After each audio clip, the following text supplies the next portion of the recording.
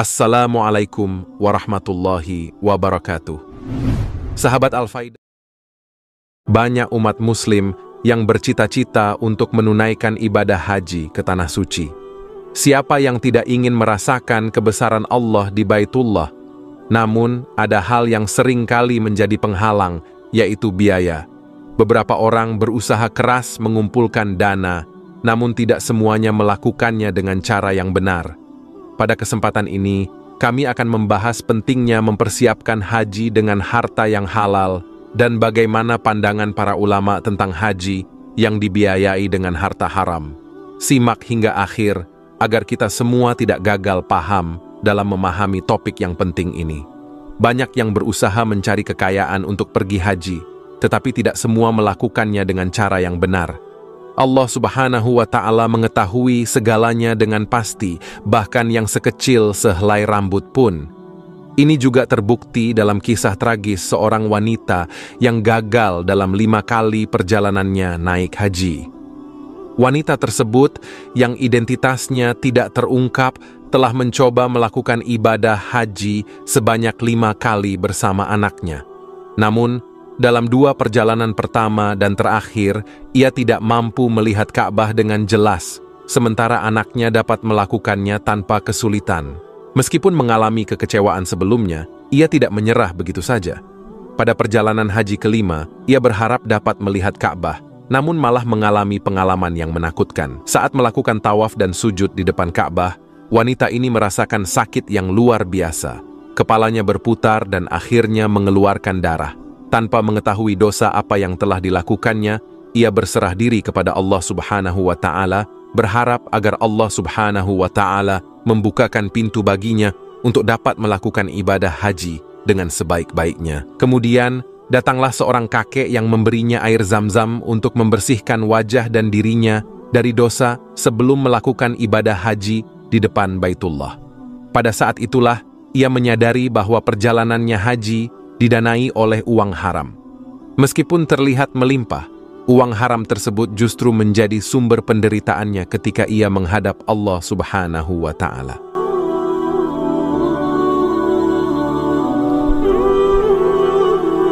Haji adalah ibadah yang istimewa karena ada syarat khusus bagi yang melaksanakannya, yaitu harus mampu secara fisik dan finansial. Mampu secara fisik karena harus menempuh perjalanan jauh dan melaksanakan berbagai rukun haji seperti tawaf, sa'i, dan wukuf. Selain itu, kemampuan finansial juga menjadi salah satu syarat, karena perjalanan ke Tanah Suci membutuhkan biaya yang cukup besar.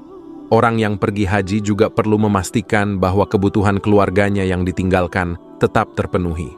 Atas dasar itu, melaksanakan ibadah haji menjadi prestis sendiri di masyarakat kita, karena mencerminkan kemampuan akan 2 hal tersebut. Melaksanakan ibadah haji membutuhkan dana yang cukup besar karena ongkos perjalanannya sudah mahal, yang digunakan untuk transportasi, penginapan, konsumsi, dan biaya lainnya. Lalu bagaimana bila uang yang digunakan untuk menunaikan ibadah haji tersebut, baik biaya pelaksanaan maupun perbekalan, didapat dari jalan yang tidak halal? Apakah hajinya tetap sah atau justru berdosa?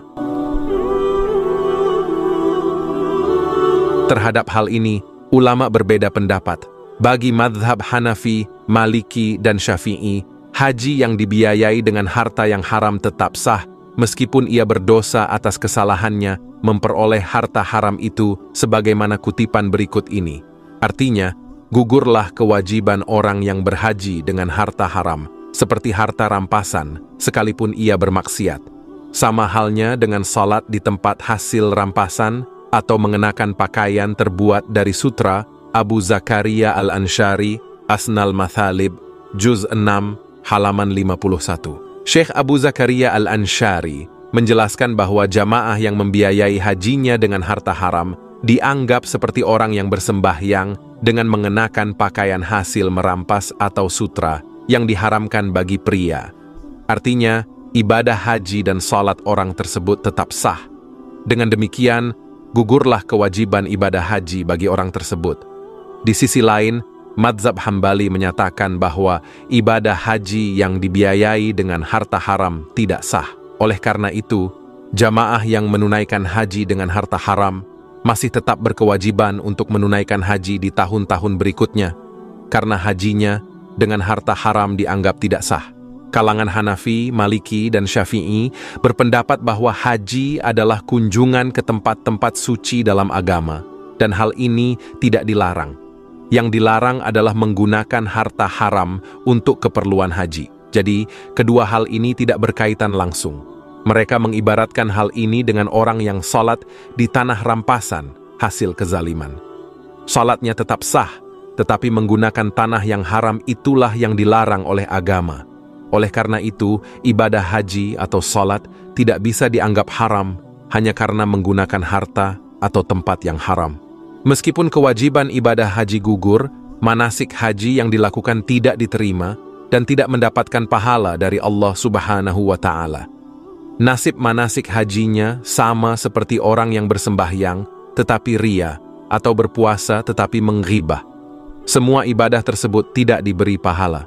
Demikianlah argumentasi yang diajukan oleh Ibnu Abidin dalam Hasyiyah Raddul Mukhtar, Beirut, Darul Fikr, 2000 Masehi atau 1421 Hijriah, Juz 2 halaman 456.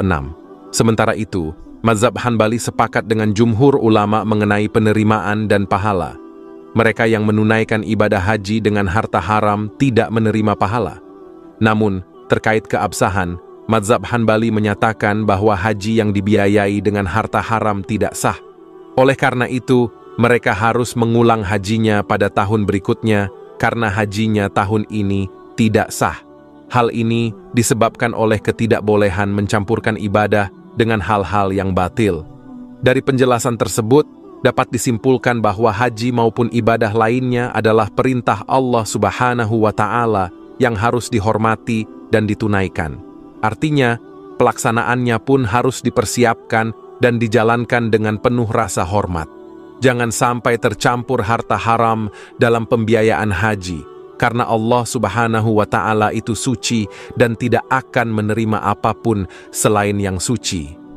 Penjelasan di atas dapat kita simpulkan bahwa ibadah haji bukan hanya soal fisik dan finansial, tetapi juga soal kesucian harta yang digunakan.